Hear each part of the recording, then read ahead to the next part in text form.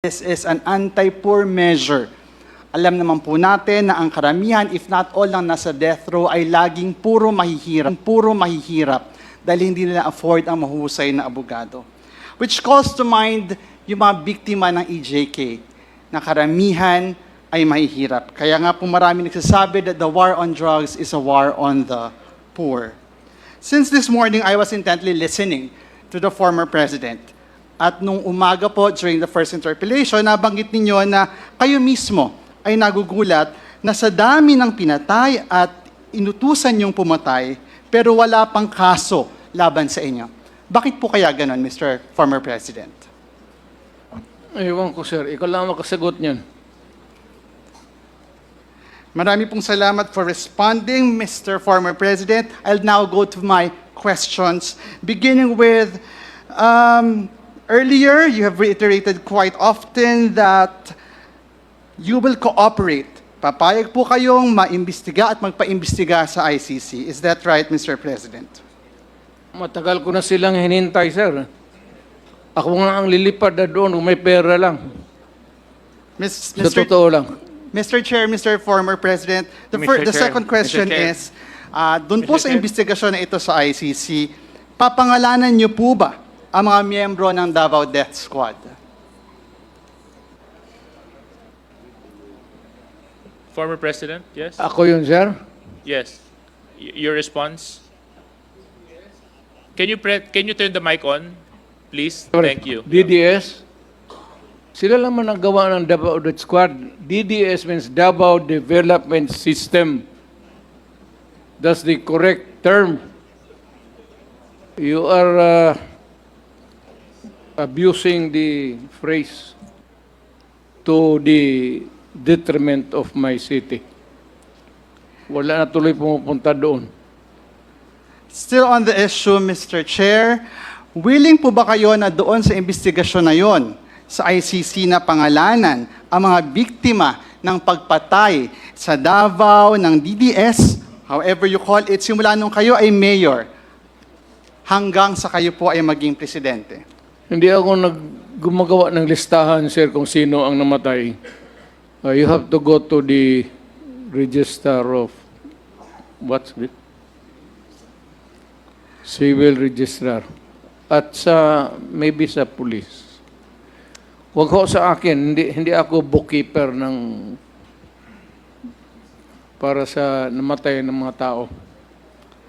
Next question, Mr. Chair, Mr. Former President, willing po ba kayo na doon sa investigasyon na yon magsalita tungkol sa paggamit nyo sa PNP bilang inyong death squad through the reward system?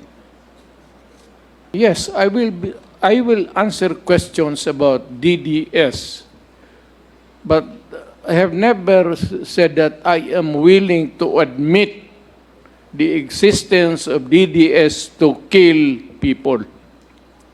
In that investigation, Mr. Chair, Mr. Former President of the ICC, willing po ba kayong banggitin kung sino-sino ang nasa drug war at a drug war watch list ng Malacanang at ng police?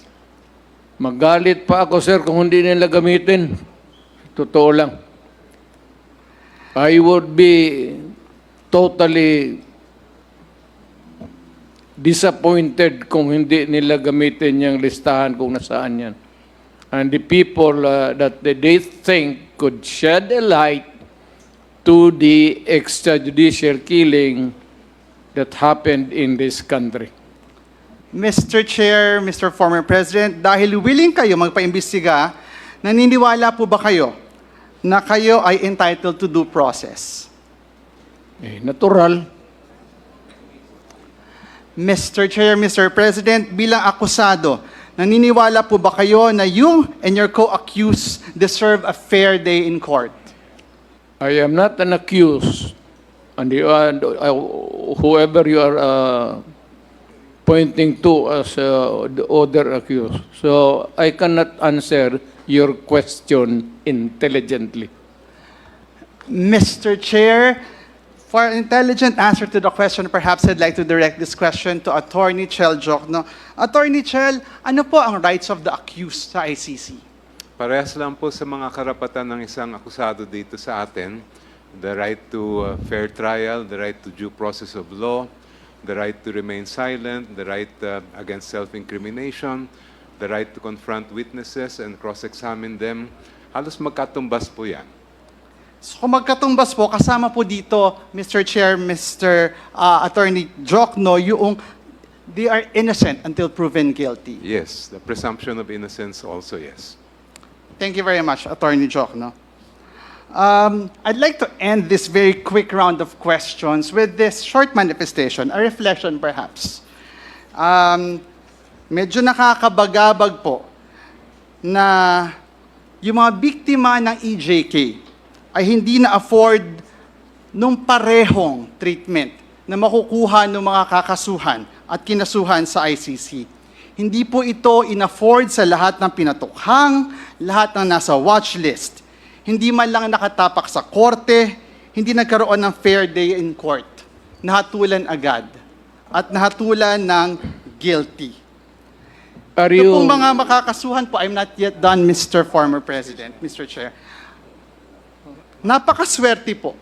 Should the former President face the ICC, na hindi niya mararanasan ito dahil makakaranas siya doon ng due process na ipinagkait sa mga biktima ng tukhang at extrajudicial killings. That would be all, Mr. Chair. As promised, I will not consume my time. I will respond Thank you. by saying, Sir, that I'm waiting for the warrant of arrest of the ICC at saan ba, sa Hague ba yan? Hindi pa ako nakapunta doon. Libre yan. Baski nag-handcuff ako, I would be very willing to go there. Anytime. Totoo yan. Sa edad ko na ito, I'd rather spend my time. Maganda ang prisuhan doon, sir, eh. Komportable. Doon na lang ako magtapos ng buhay ko. Thank you very much, Congressman Sindanya.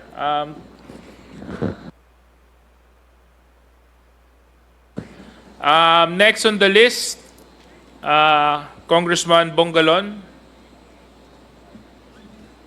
Congressman Jill Bongalon. Because Congressman Sindanya did not exhaust his allotted time, I will pass the time to you. So you have 10 minutes. Thank you, Mr. Chair. Good evening to everyone. Magandang gabi po, former President Rodrigo Roa Duterte. And to all There was a question raised by Congressman Bungalon where the former Executive Secretary has replied and has stated his reply as the ICC has no jurisdiction. And in order to be fair, we'd like to get likewise the side of the lawyers who may probably dispute the statement made by the former Executive Secretary. And after that, we will again give the former Executive Secretary the opportunity to again reply. To be fair, yan po ang ating ano. So at this point, you may ask the question, Congressman Bongalon, to whoever you want among the resource persons to reply. we just To want to respond. hear the comment of Attorney Colmenares and then Thank you. Thank you, followed by Mr. the Chair. Executive Short lang actually to. Una,